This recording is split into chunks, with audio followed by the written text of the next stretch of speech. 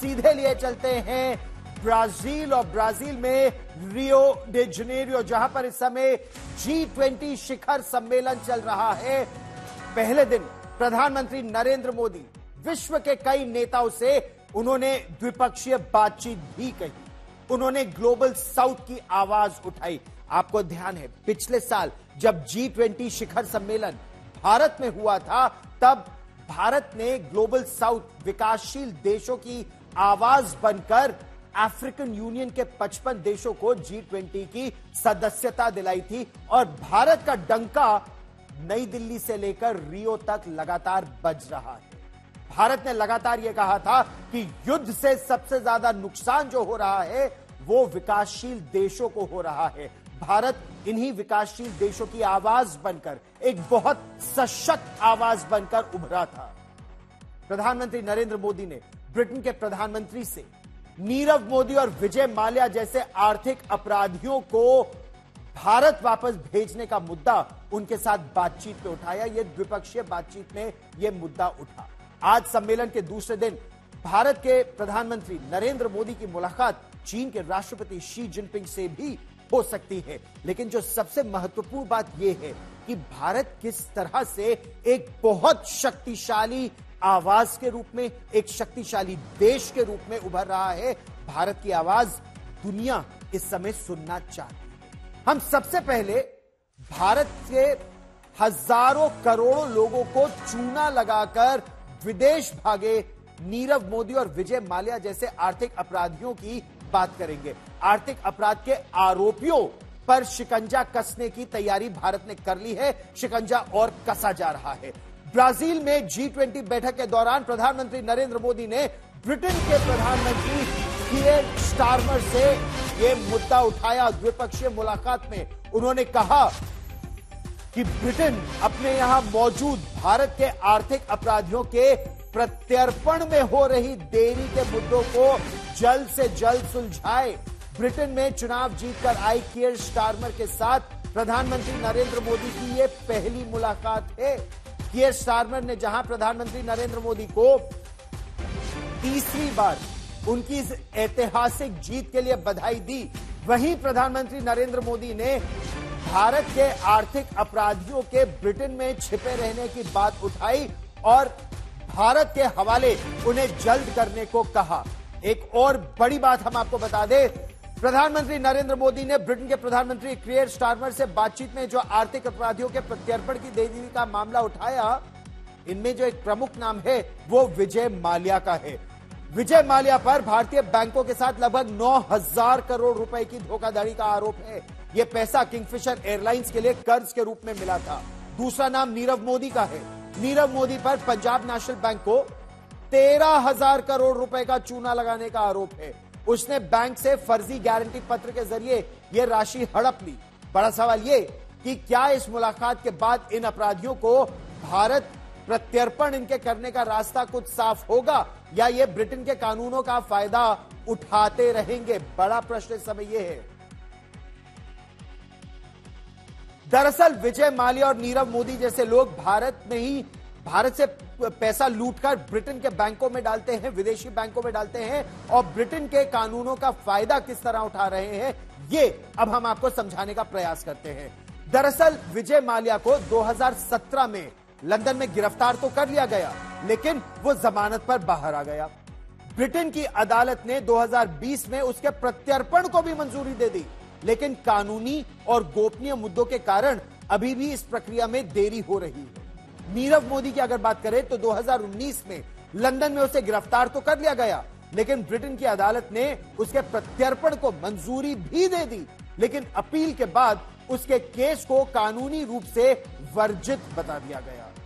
यह आगे अब लंबित मुकदमेबाजी का एक संकेत है। इसके अलावा पूर्व IPL प्रमुख ललित मोदी के भी जल्द प्रत्यर्पण की मांग की गई है। ललित मोदी पर BCCI से 753 करोड़ रुपए की धोखाधड़ी का आरोप है। ललित मोदी ने मई 2010 में भारत छोड़ा और अब ब्रिटेन से प्रत्यर्पण की मांग की जा रही है। ऐसे कई मामले हैं। दरअसल ब्राजील में जो इस समय G20 समिट हो रही है, उसमें कुछ अव्यवस्था के इस मामले भी सामने आए हैं। दरअसल सम्मेलन के इस दौरान में G20 नेताओं का पारंपरिक फोटो सेशन तो हुआ, लेकिन इस दौरान कई नेता वहां नहीं दिखे। जब अटकलें लगने लगी तो ब्राजील ने कहा ये नेता या तो देर से पहुंचे या किसी वजह से पहुंच नहीं सके, और इसी बीच तस्वीरें खिंच गई। उन्होंने माना कि ये चूक ब्राजील की है। इसके चलते न केवल अमेरिका के राष्ट्रपति जो बाइडेन बल्कि इटली की प्रधानमंत्री जॉर्जिया मेलोनी और कनाडा के प्रधानमंत्री जस्टिन ट्रूडो भी फोटो सेशन में समय पर नहीं पहुंच पाए और नहीं शामिल हो पाए। ये जो सारी तस्वीरें आप अपने टेलीविजन स्क्रीन पर देख रहे हैं, इस समय यही प्रश्न उठा कि प्रधानमंत्री नरेंद्र मोदी तो दिख रहे हैं, लेकिन अमेरिका के राष्ट्रपति जो बाइडेन कहां है, या फिर जॉर्जिया मेलोनी इटली की प्रधानमंत्री कहां है। खबर बाद में यह भी आई कि जस्टिन ट्रूडो भी इस फोटो अपॉर्चुनिटी के लिए नहीं पहुंच पाए। ब्राजील ने माना कि ये उनकी व्यवस्था की चूक है। अच्छा, ब्राजील में रियो डी जेनेरो में जो चल रही है G20 का शिखर सम्मेलन, प्रधानमंत्री नरेंद्र मोदी का यहां कद अलग से नजर आ रहा है। दरअसल वो दुनिया के सबसे बड़े लोकतंत्र, सबसे पुराने लोकतंत्र और सबसे सशक्त लोकतंत्र में तीसरी बार लगातार चुने गए प्रधानमंत्री के रूप में गर्व से वहां चल रहे हैं।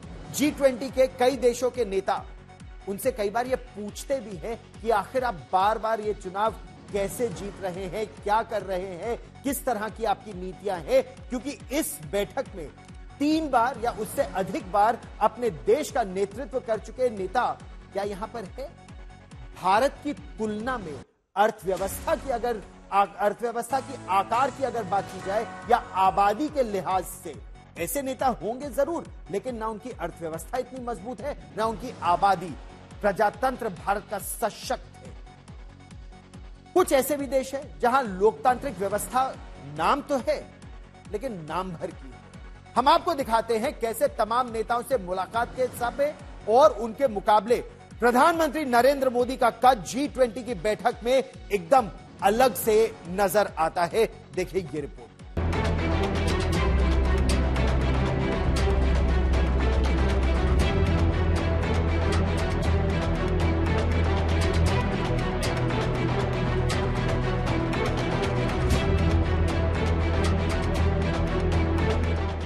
ब्राजील में चल रही G20 की बैठक में प्रधानमंत्री नरेंद्र मोदी की बॉडी लैंग्वेज बहुत कुछ कहती है।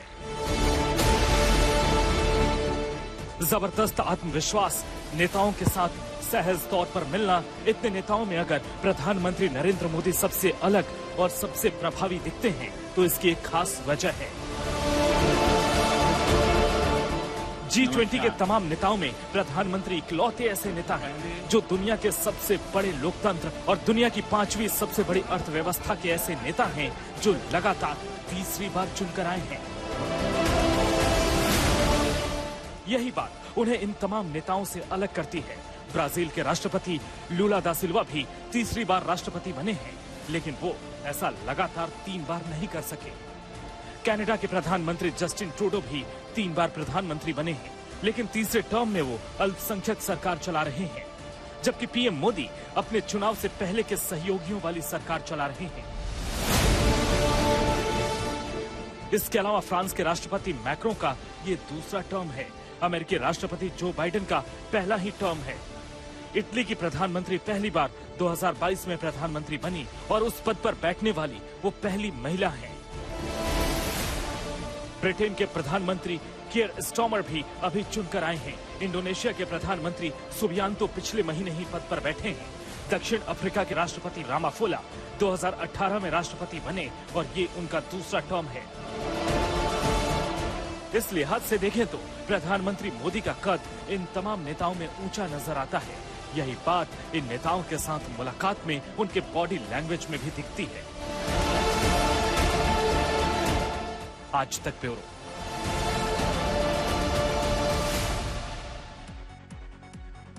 ब्राजील से कुछ और खबरें भी आ रही हैं। ब्राजील G20 के दौरान ब्राजील की ही फर्स्ट लेडी ने अमेरिका के उद्योगपति एलोन मस्क के लिए कुछ अलग शब्दों का इस्तेमाल किया है, अपशब्दों का इस्तेमाल किया है।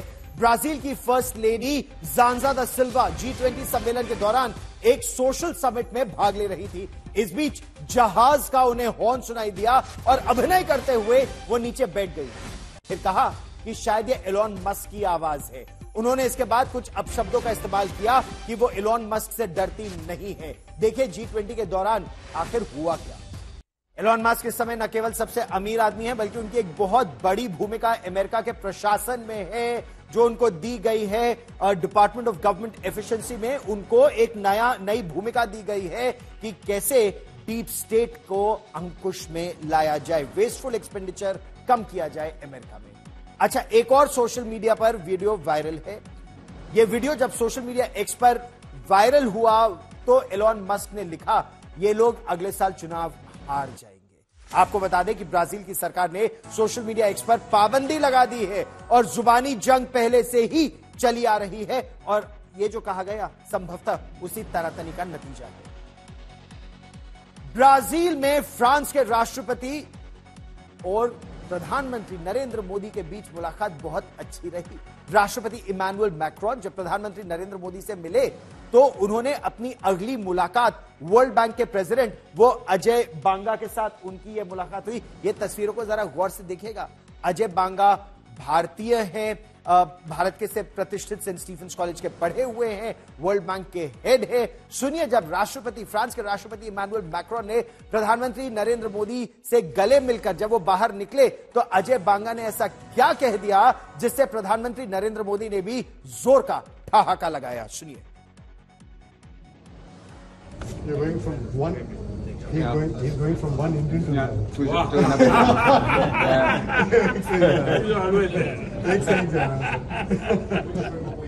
Okay, thank you.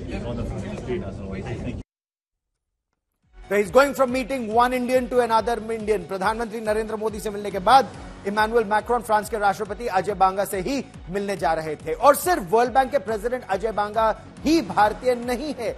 IMF यानी इंटरनेशनल मॉनिटरी फंड यानी अंतरराष्ट्रीय मुद्रा कोष की जो डेप्यूटी मैनेजिंग डायरेक्टर है गीता गोपीनाथ, वो भी भारतीय हैं।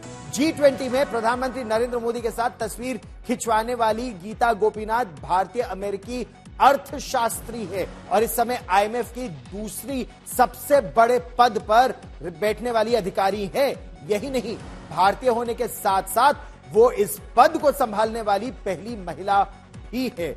उन्होंने प्रधानमंत्री के साथ ली गई तस्वीर उन्होंने सोशल मीडिया प्लेटफॉर्म एक्स पर पोस्ट की और लिखा कि भारत के प्रधानमंत्री नरेंद्र मोदी ने भूख और गरीबी को दूर करने के लिए वो काम किए हैं जिन्हें दुनिया के दूसरे देश भी अपना सकते हैं। यानी विश्व भर में भारत एक मिसाल स्थापित कर रहा है।